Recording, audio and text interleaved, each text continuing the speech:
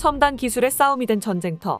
전투기와 전차 같은 장비가 아니라도 일개 병사들끼리의 싸움 역시 이제는 첨단 기술의 혜택을 받고 있습니다. 최근 들려온 소식에 따르면 한 우크라이나 병사가 탁월한 기량과 첨단 기술이 집약된 총기를 바탕으로 적격 거리 세계 최장 기록을 갱신했다고 합니다. 그 거리는 무려 3,800m. 여의도를 긴 방향으로 가로지르는 수준의 거리를 쏜 것입니다. 이런 일이 가능했던 것은 총기 성능의 발전이 큰 몫을 했죠.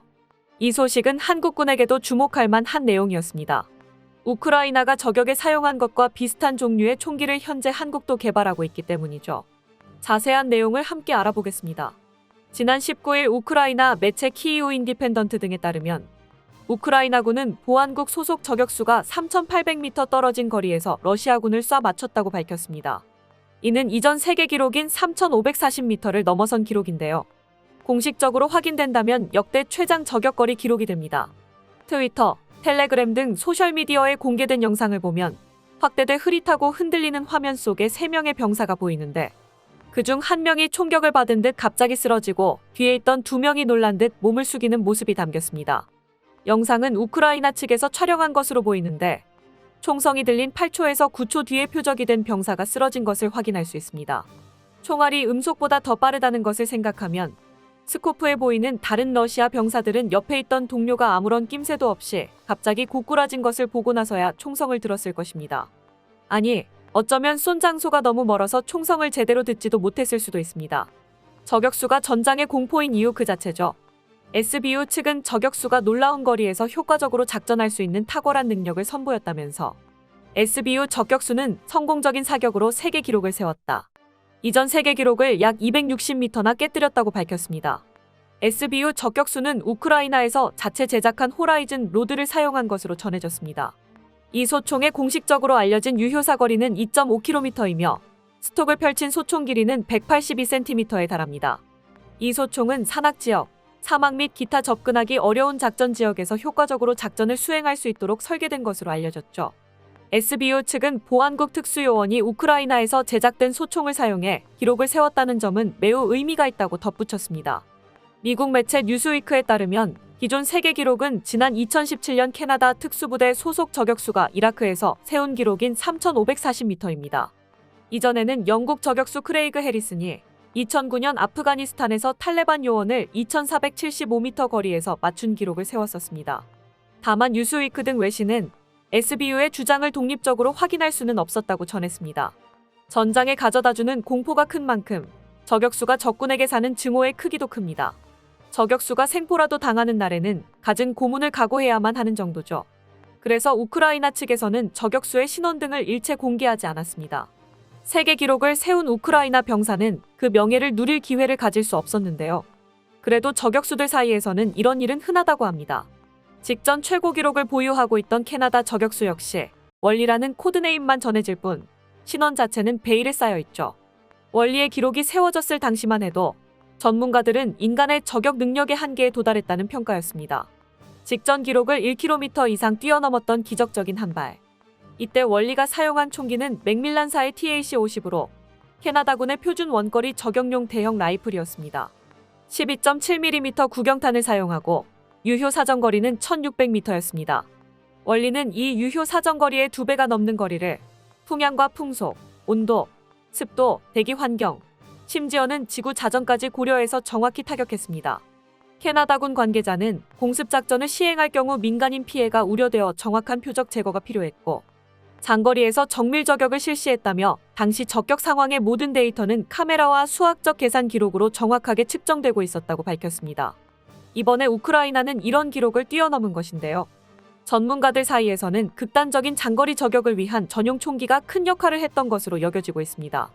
앞서 내용처럼 우크라이나가 사용한 호라이즌 로드, 즉 지평선의 군주는 동일하게 12.7mm 탄을 사용하지만 TAC-50 대비 유효 사거리를 1km 가까이 늘렸다는 것이 특징입니다. 대신 들고 옮기는 것조차 쉽지 않을 총신 길이를 갖게 되었죠. 발각의 위험을 감안해 초탄 발사 후 즉시 이동이 저격수의 기본 소양이라는 것을 생각하면 명백한 단점이라고 할 수 있는데요.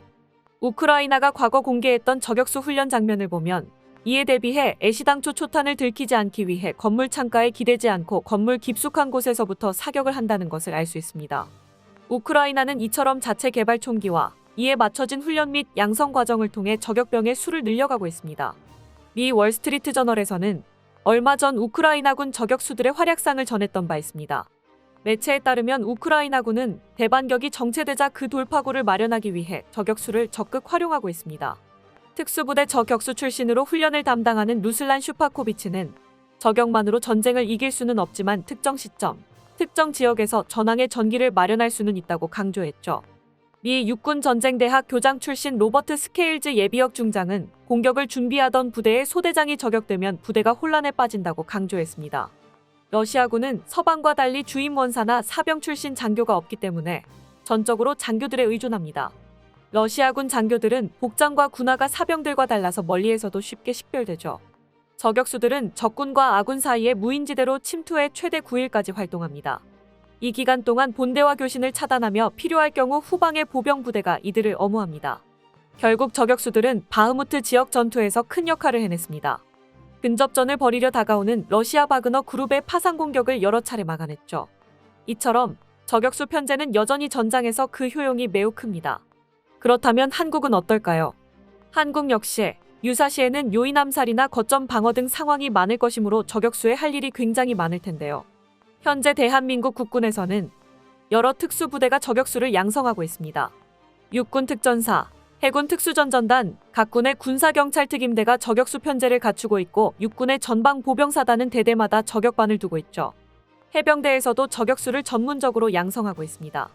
과거 한 방송사 다큐 프로그램에서 이중 육군 특전사 소속 707 특임대의 훈련을 카메라에 담은 적이 있었는데요. 혹독한 훈련을 견뎌낸 대원들의 뛰어난 사격 실력이 잘 담겨 있었습니다. 707 특임대는 대원의 신상 정보 자체가 2급 기밀이기 때문에 출연한 모든 대원들이 복면을 쓰고 익명으로 나왔는데요. 대테러 작전을 가정하고 멀리서 건물 내의 타겟을 저격하는 훈련을 하는가 하면 일반적인 사격 훈련처럼 거리별로 타겟을 맞추는 훈련을 하기도 했습니다. 다만 이들이 쏘는 표적은 1km 밖에 있어도 백발백중이라고 하죠. 촬영팀이 그 실력을 보기 위해서 타겟 대신 설치한 50원짜리 동전의 한가운데를 뚫어버리는 모습은 절로 박수를 자아냈습니다. 비행하는 헬기 위에서 기동간 사격을 하기도 하고 위장용 길리 슈트를 입고 엄폐하는 훈련도 담겼는데요. 지금이야 하지 않는다지만 한때는 부대 지휘관을 타겟 옆에다 세워놓고 저격 훈련을 했을 정도로 사격 실력에 자신이 있는 부대라고 합니다. 길리 슈트를 이용한 위장술도 다큐의 카메라 감독이 직접 망원경을 들고 한참 찾았는데도 발견하지 못하고 심지어는 동료끼리도 위장을 간파하지 못해 서로 밟고 다닌 적이 있다고 할 정도로 뛰어났습니다. 한편 우크라이나처럼 한국도 저격수들을 위한 전용 저격총을 개발하고 있는데요. 2021년 처음 실물이 공개되었던 SNT사의 STSR 20대물 저격총이 바로 그것입니다. 앞서 살펴봤던 다른 저격총들과 마찬가지로 12.7mm의 대구경탄을 사용하는데요. 단거리에서는 대물 저격총이니만큼 장비에 대한 높은 파괴력을, 장거리에서도 입마살상은 충분히 가능한 정도의 물리량을 제공합니다. 736.6mm의 총열을 채택했다는 점에서 STSR-20은 우크라이나의 호라이즌 로드보다는 캐나다의 TAC-50에 가까운 설계 사상임을 알 수 있는데요. 그래서 이론상으로는 TAC-50을 약간 넘는 1.8km의 유효 사거리를 지닐 것이고 당연히 최대 3.5km를 넘는 수준의 저격도 가능할 것입니다. 산악 지형이 대부분이라 이동에 제약이 생기면 곤란한 것이 한국이므로 우크라이나처럼 더 긴 사거리를 위해서 총열을 추가하기보다는 균형 잡힌 성능을 추구한 것으로 보입니다. 얼마 전 열린 아덱스 방산 전시회에서도 모습을 비췄는데요. 2021년 대비 여러모로 개선된 디자인을 보여주며 기대감을 모았습니다. 양각대가 호환성 높은 형태로 변경되었고 총열을 더욱 연장할 수 있도록 나사가 추가되었습니다. 조정관 역시 조작하기 편한 형태로 바뀌었으며 액세서리 부착을 위한 피카티니 레일에 대응하는 가늠자와 가늠쇠가 추가되었죠. 또한 전체적으로 경량화를 위한 음각과 구멍이 추가되었습니다. 2021년에 비해서 훨씬 세련된 모습으로 변해가고 있는 것이 느껴지는데요. 조만간에 일선 부대에 지급되어 성능을 확인해 볼 수 있을 것 같습니다. 본래 한국군은 저격수라는 편제 자체에 부정적인 편이었습니다. 오랫동안 주적인 북한과의 전면전 상황만을 상정하고 전략 전술을 만들어왔기 때문입니다. 이런 경우에는 대규모 기계화 부대들끼리 전차 수백 대를 동원한 전투를 벌이고 나서 평양까지 밀고 나가는 것이 기본 시나리오죠.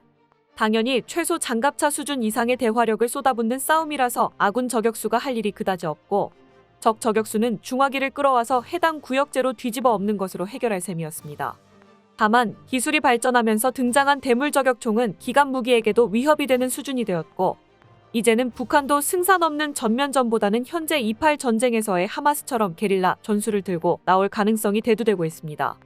이런 변화에 발맞춰서 한국군도 다시 저격수를 양성하게 된 것인데요. 다큐에서 나온 것처럼 한국의 뛰어난 사수들이 유사시에 대비해 피나는 훈련을 거듭하고 있으므로 실전 상황이 되면 한국 역시 우크라이나나 캐나다의 기록 못지않은 활약을 기대해 볼 수 있을 것입니다. 끝까지 시청해 주셔서 감사합니다. 도움이 되셨다면 좋아요를, 다른 이야기도 궁금하시면 구독을 눌러주세요.